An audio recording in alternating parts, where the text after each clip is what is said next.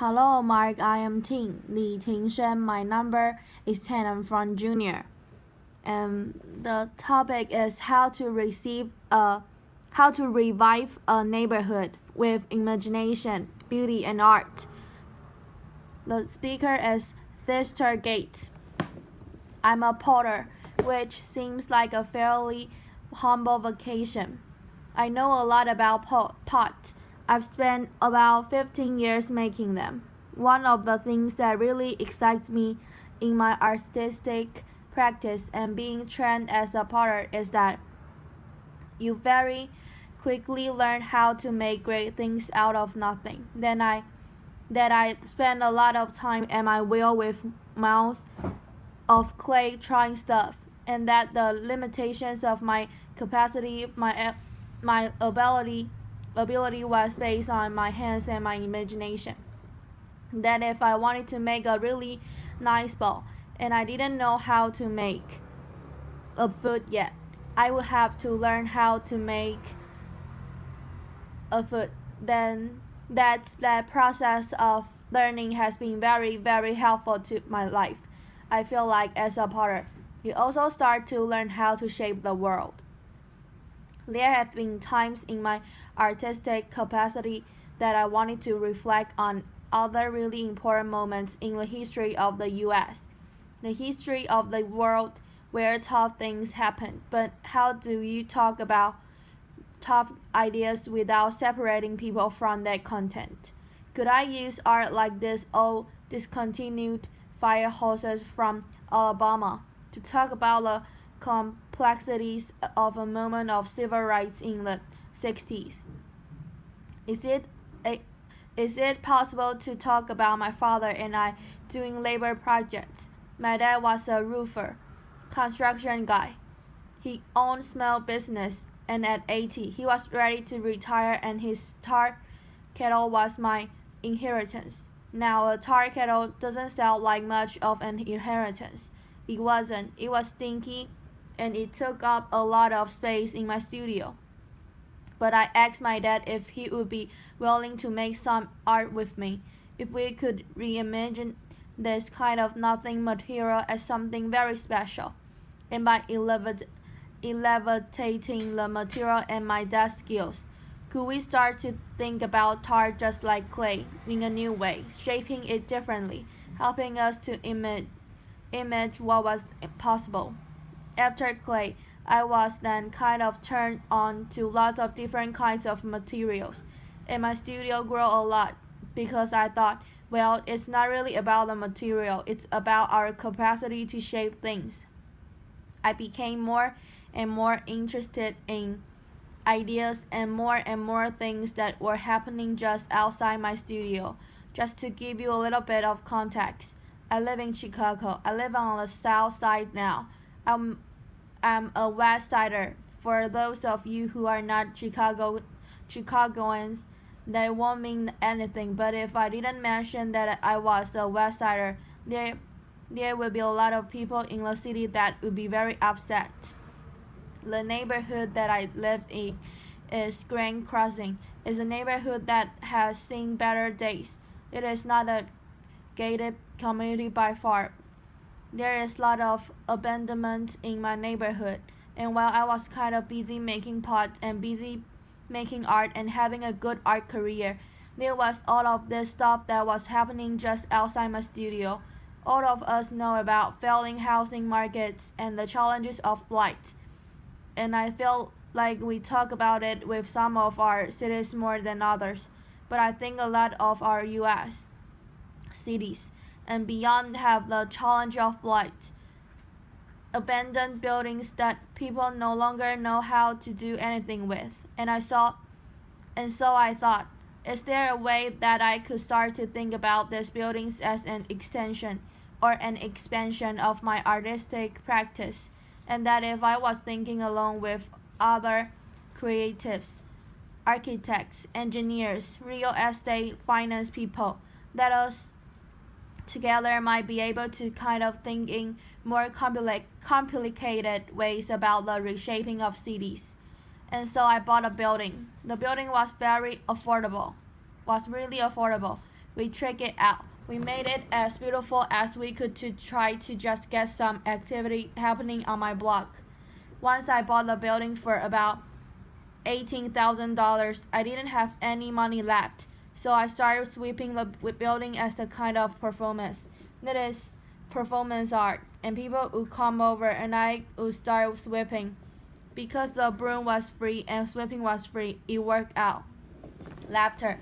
But we would use the building then to stage exhibitions, small dinners, and we found that building on my block, Dorchester. We now refer to the block as Dorchester Project. Then that in a way that building became a kind of gathering site for lots of different kinds of activity. We turned the building into what we call now the Achieve House. Our chief house would do all of these amazing things. Very significant people in the city and beyond would find themselves in the middle of the hood. And that's when I feel like maybe there was a relationship between my history with clay and these new things that was starting to develop. That we were slowly starting to reshape how people imagine the south side of the city. One house turned into a few houses, and we always try to suggest that not only is creating a beautiful vessel important, but the contents of what happens in those buildings is always very important. So we were not only thinking about development, but we were thinking about a program, thinking about the kind of connection that could happen between one house and the other, between one neighborhood and another.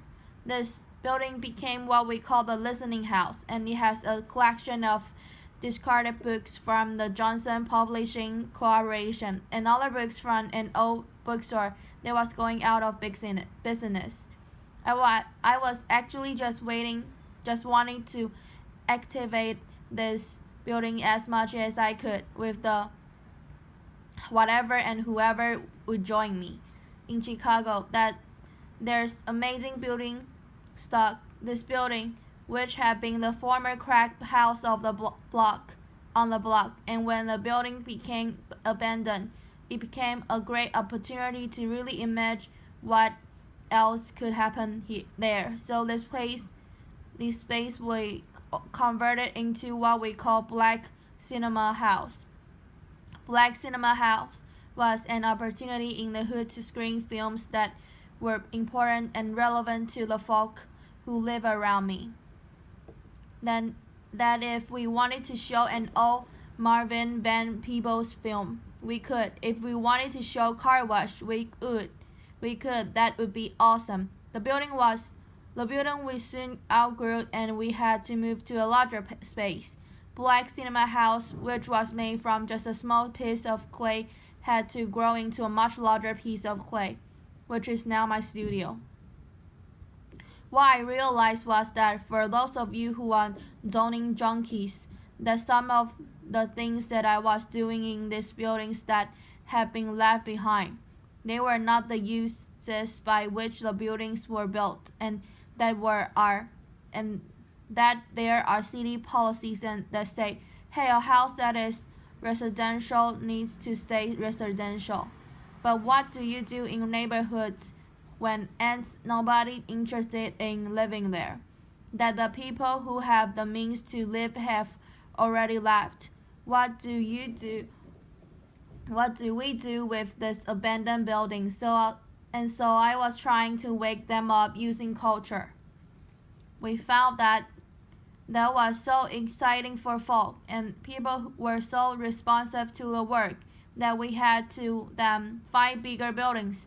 By the time we found bigger buildings, there was in part the resources necessary to think about those things. In this bank that we call the Arts Bank, it was in pretty bad shape. There was about 6 feet of standing water. It was a difficult project to finance because banks weren't interested in the neighborhood, because people weren't interested in the neighborhood, because nothing had happened there. It was dirt. It was nothing. It was not here. And so we just started imagining what else could happen in this building. Applause.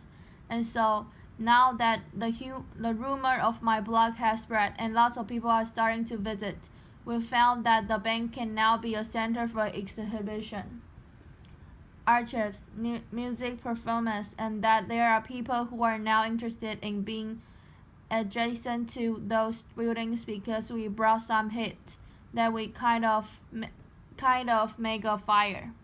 One of the archives that we'll have there is this Johnson Publishing collaboration. We've also started to collect memorabilia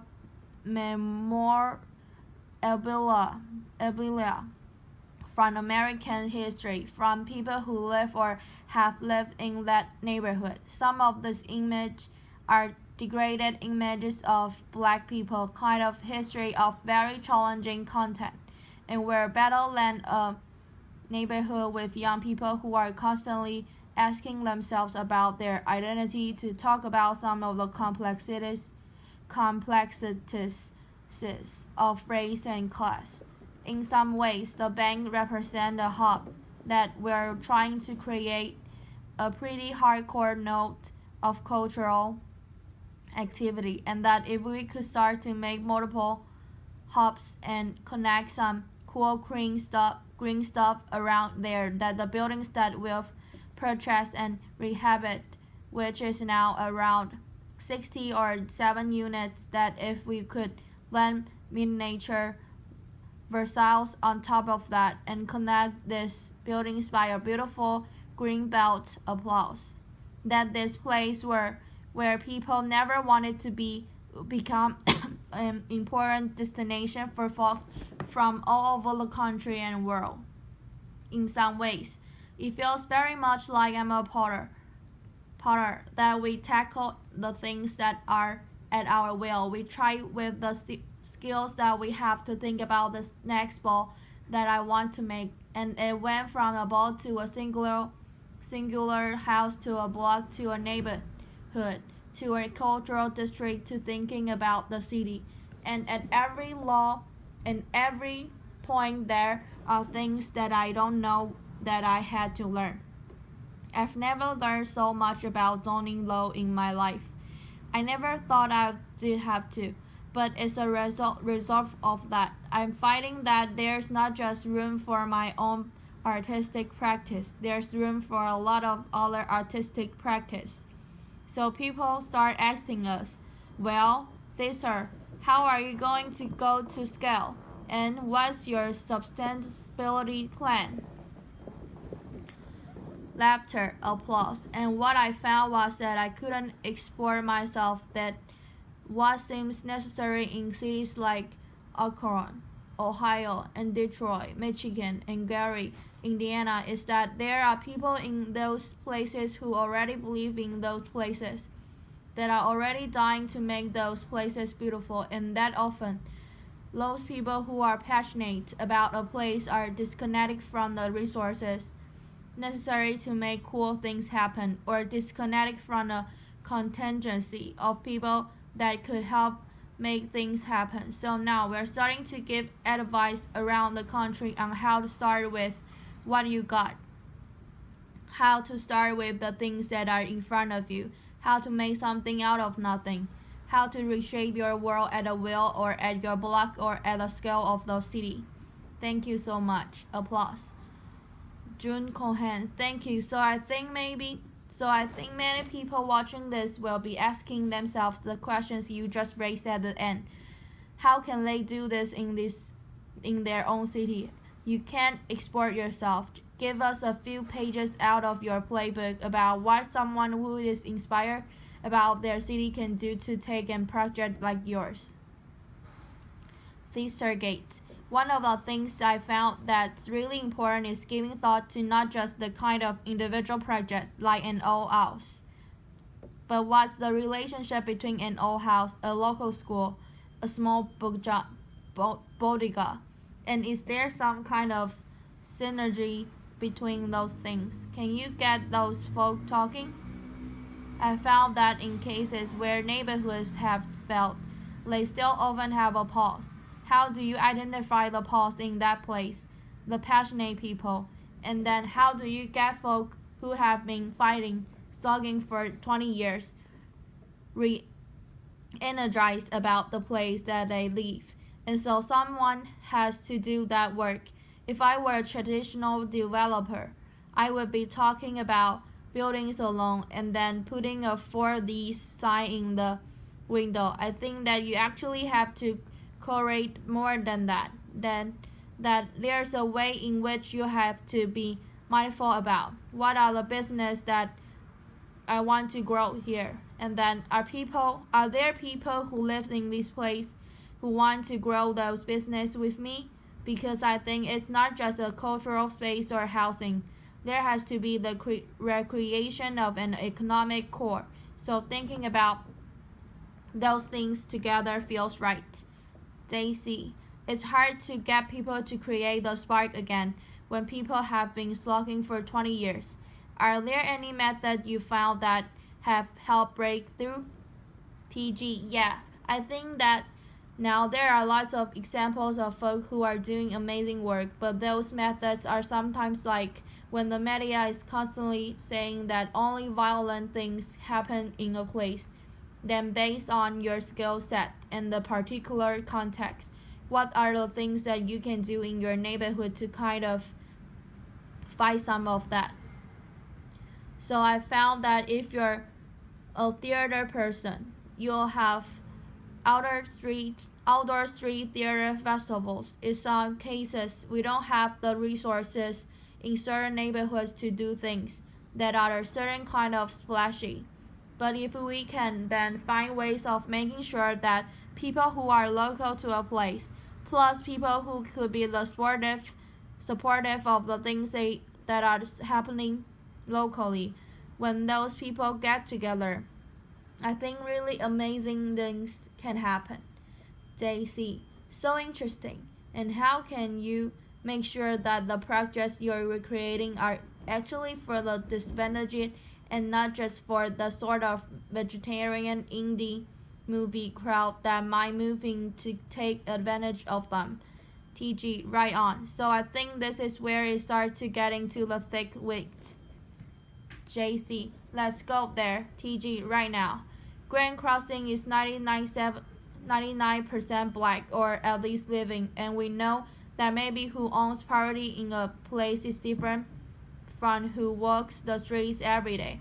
So it's reasonable to say that Grand Crossing is already in the process of being something different than it is today. But are there ways to think about housing trust or land trust or mission-based development that start to project some of the space that happens?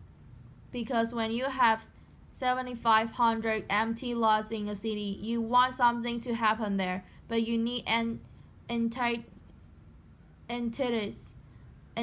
that are not just interested in the development pieces, but entities that are interested in the stabilization piece. And I feel like often the developer piece is really motivated, but the other work of a kind of neighborhood cons- consciousness, that part doesn't live anymore. So how do you start to grow out important watchdogs that ensure that the resources that are made available to new folk that are coming in are also distributed to folk who have lived in a place for a long time? JC. That makes so much sense. One more question. You make such a compelling case for beauty and the importance of beauty and the arts.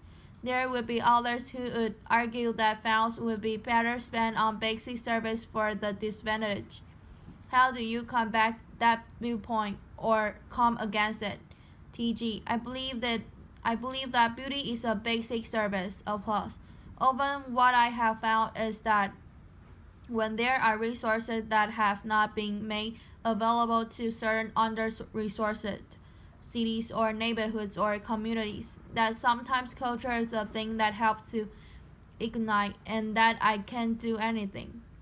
I can't do everything, but I think that there's a way in which if you can start with culture and get people kind of reinvested in their places, other kinds of adjacent amenities start to grow, and then people can make a demand that's a poetic demand, and the politic demands that are necessary to wake up our cities. They also become very poetic. JC, it makes perfect sense to me. Theaster, thank you so much for being here with us today. Thank you. Theaster Gates. Applause.